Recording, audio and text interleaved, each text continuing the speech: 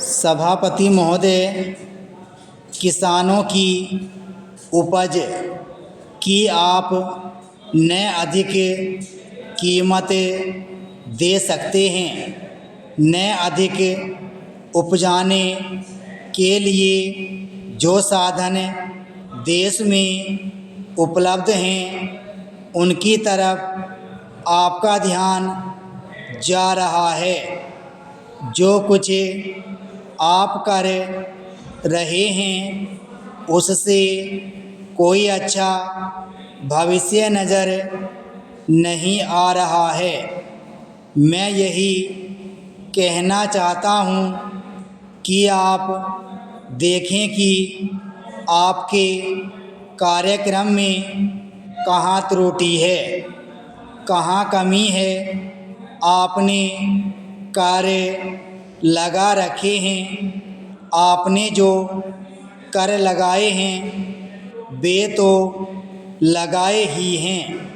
हमारे प्रदेश में तो ज़मीन पर 25% ज़्यादा कर भी लगा दिया गया है। इतना बोझ अगर किसान पर होगा तो उसकी कमर टूट जाएगी। वह पहले से टूटी जा रही है, लेकिन वे इन करों को देने के लिए भी तैयार हैं। यदि आप उस तरह के साधन उन किसानों के लिए तैयार करें। हमारे उत्तर प्रदेश के कुछ ज़िले हैं, पूर्वी ज़िले हैं, जहाँ पर बहुत बुरी स्थिति है।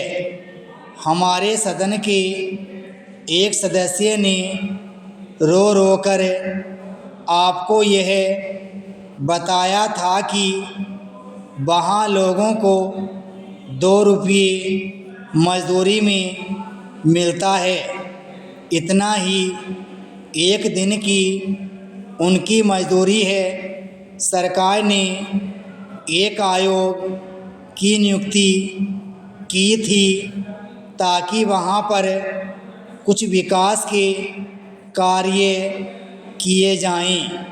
वह योजना भी अब खटाई में पड़ गई है।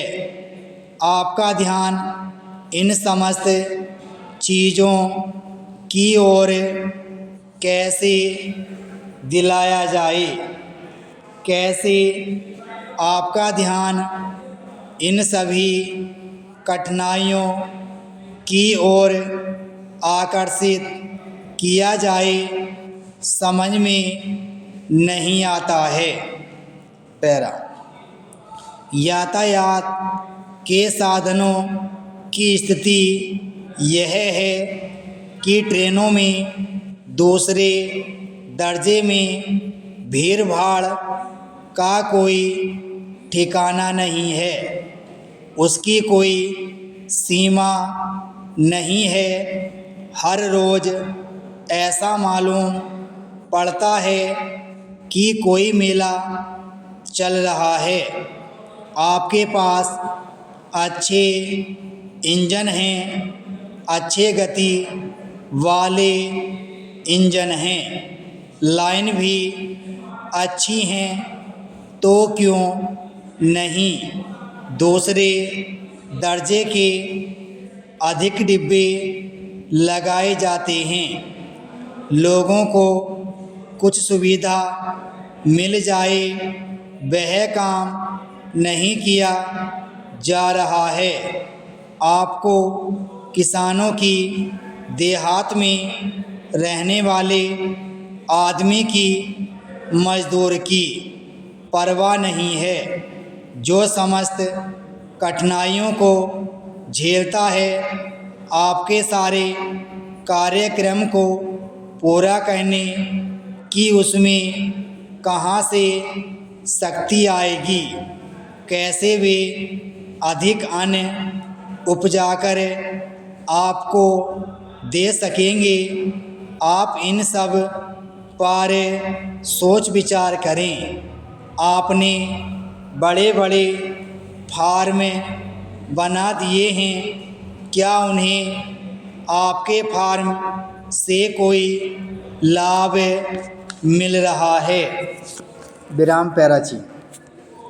सभापति महोदय, सरकार ने कई कृषि फार्म खोले हैं, क्या ये फार्म घाटे में नहीं चल रहे हैं? अगर सारे खर्च जोड़ दिए जाएं, बड़े बड़े अधिकारियों के वेतन जोड़ दिए जाएं तो पता चलेगा कि सारे ये कृषि फार्म घाटे में चल रहे हैं। क्या इसी तरह से आप सारे किसानों को घाटे पर खेती करने के लिए मजबूर करेंगे? पैरा। जिस क्षेत्र से मैं आता हूँ वहाँ एक पुल बना है। मैंने 10 वर्ष तक अपनी विधानसभा में इस पुल के लिए कोशिश की है।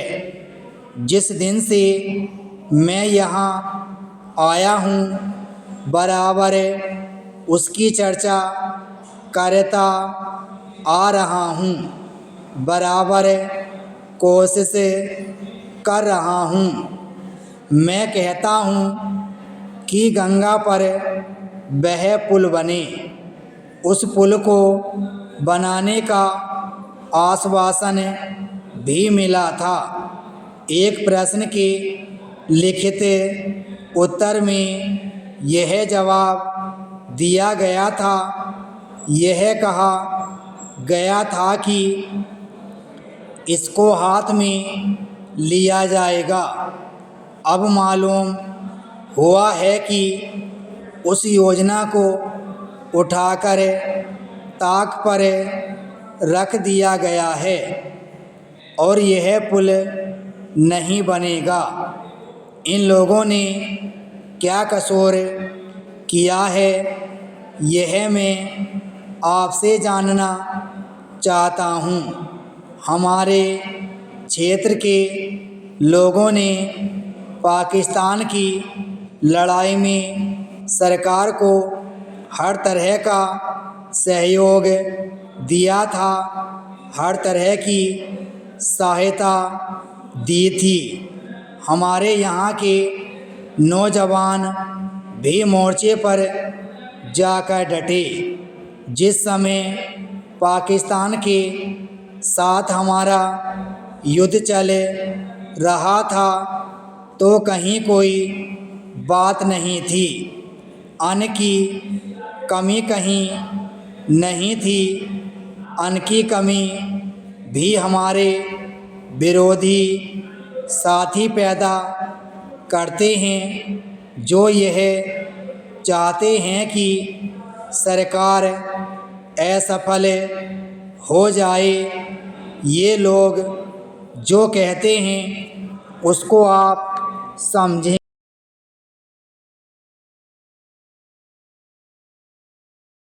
बात है जो देश के बड़े बड़े शहरों में दंगे करवाते हैं, दूसरी तरफ हम हैं जो कि इनकी बातों को नहीं समझ पाते। इनको सभी वे लोग मिल जाते हैं जो बेकार होते हैं या जो दंगे करवाने के लिए उत्सुक हैं। इसलिए सरकार का इन सारी चीज़ों की तरफ ध्यान जाना चाहिए और उसको सोचना चाहिए कि क्या तरीका इन सब से बचने का हो सकता है। एक ही तरीका हो सकता है कि इस देश में हर आदमी को काम मिले।